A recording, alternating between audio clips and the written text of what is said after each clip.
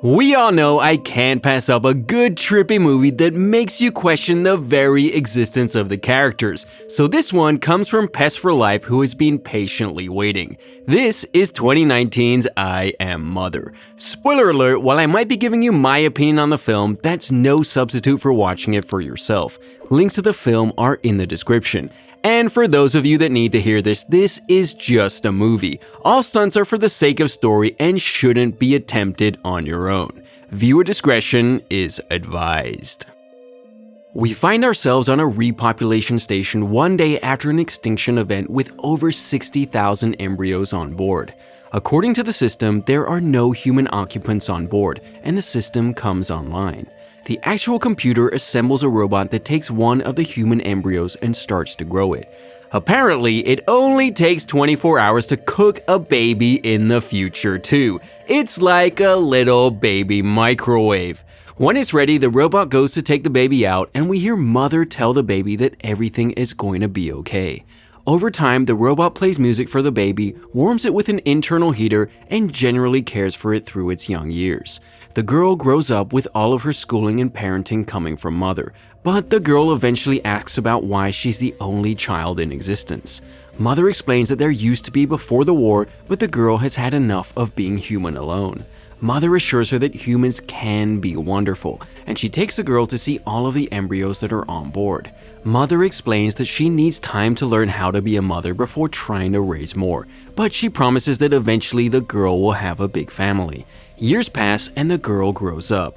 By grows up, I mean the girl is now welding and taking care of Mother's body now. I'd say it's time to cook up another one. Mother doesn't seem to be too confident in her parenting skills though. She's putting daughter through some really morally gray area questions about self-sacrifice for the greater good.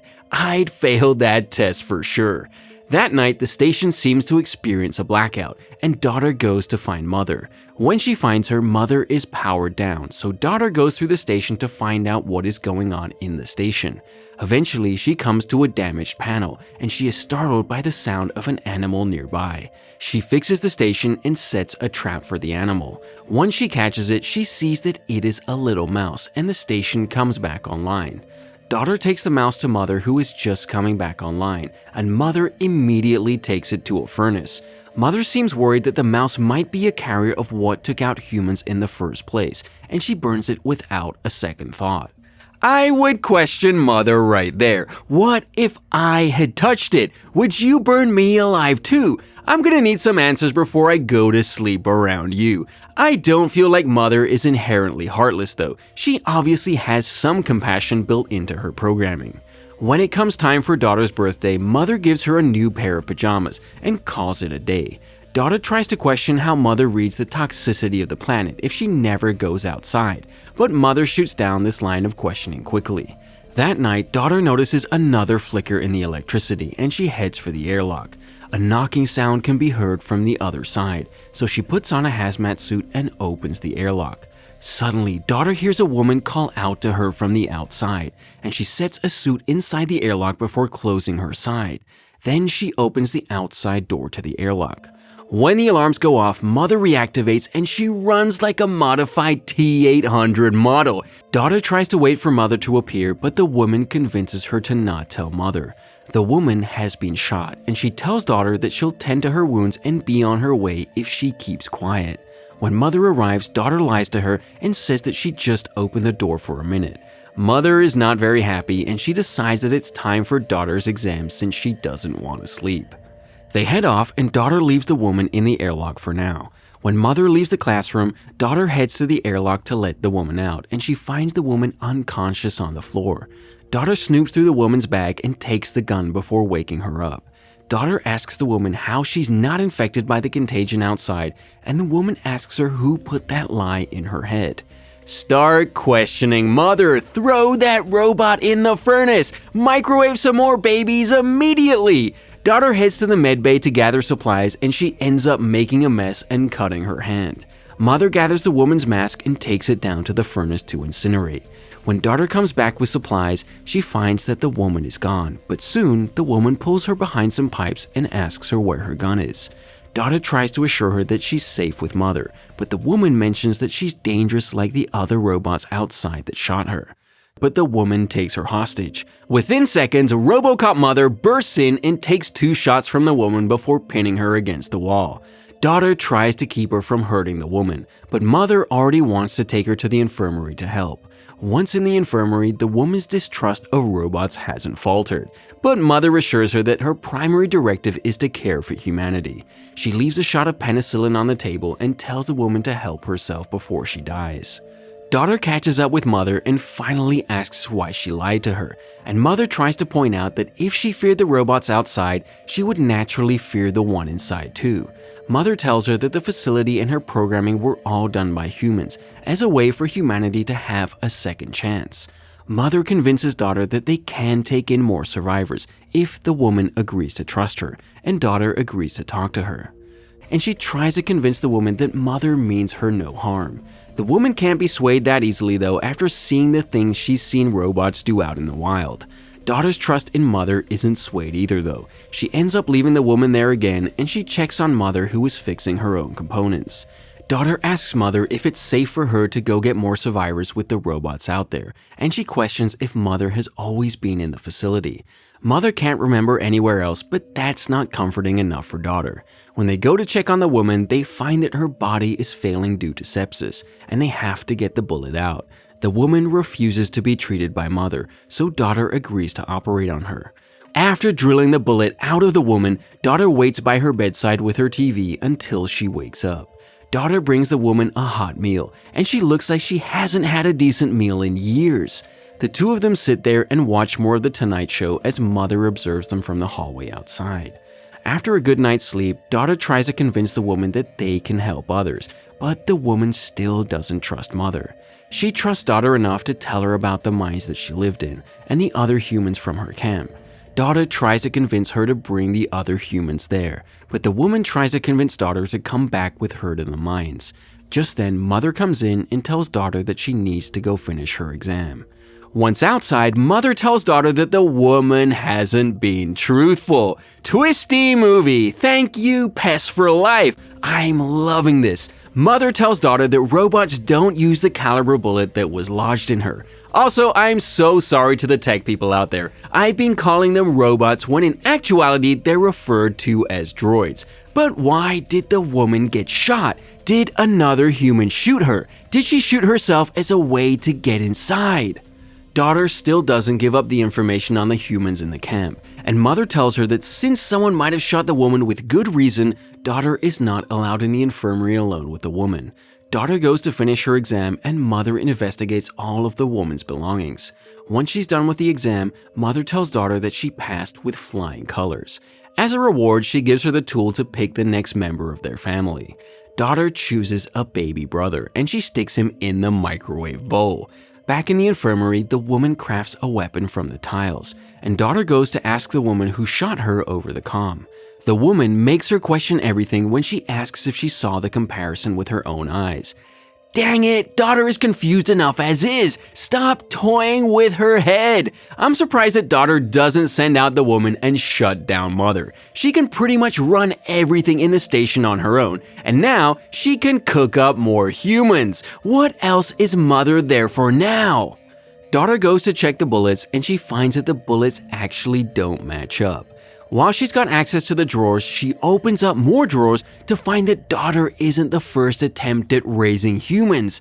The deeper Daughter digs, the more of the truth she finds. She even digs through the ashes of the furnace to find pieces of other children that failed. She goes back to the woman and Daughter tells her that she was right about everything. The woman reminds Daughter that Mother is incapable of feeling anything towards her, and Daughter asks how long it would take to get to the mines.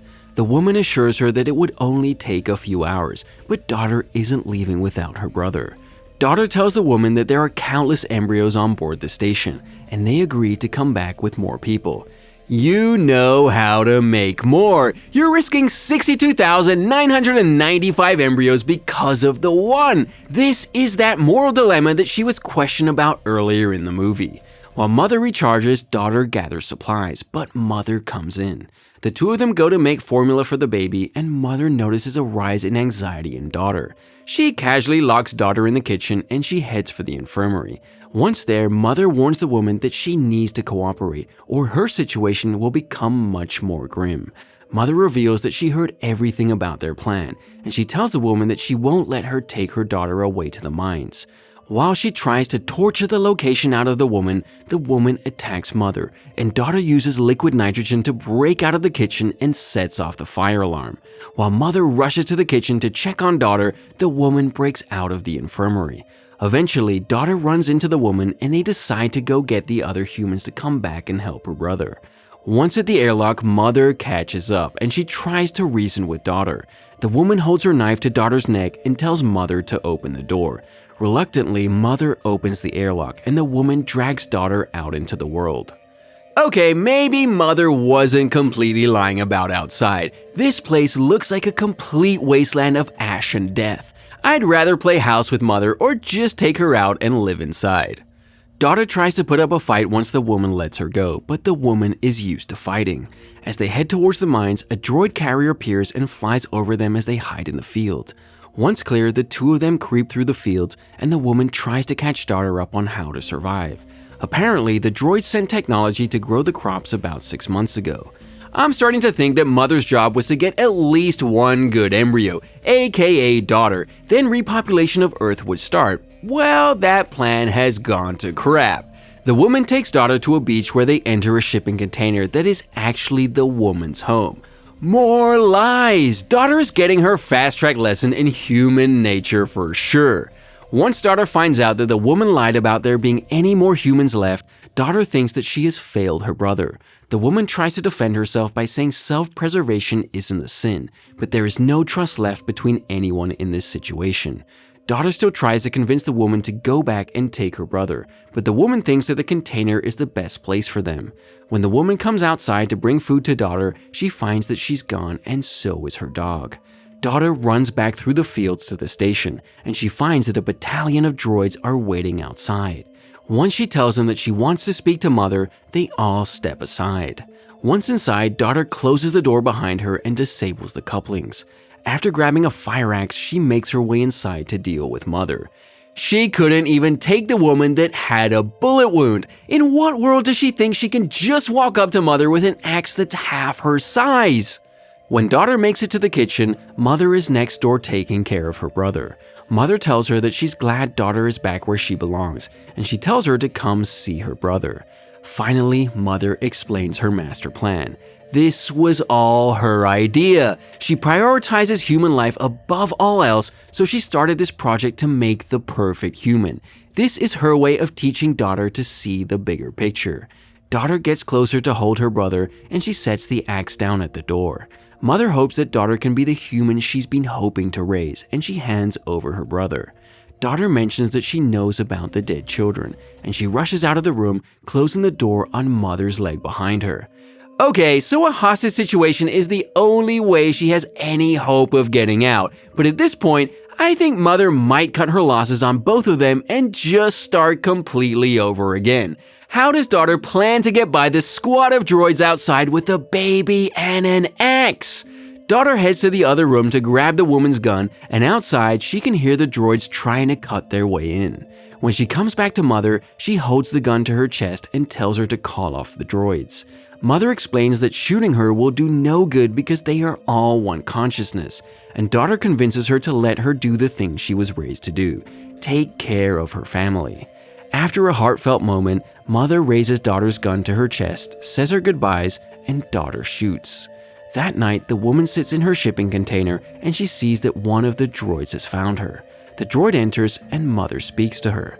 Mother tries to ask if she knew her own mother, and she closes the door behind her, hinting that this is the end of the line for both of them.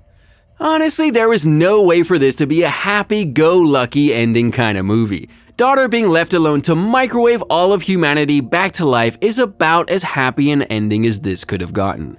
Daughter sings her brother to sleep before checking on the other embryos, and the credits roll. She's out of her mind if she's planning on cooking up all of them at once. Maybe start with 2. This was a great thriller, and I loved every bit of deception that was thrown in there. While some twists were predictable, there were some that I definitely didn't see coming. Give it a shot. Thank you for watching, and I hope you enjoyed the video. Don't forget to like and subscribe for more like this one. Comment what you think I should watch next, and I'll see you in the next video.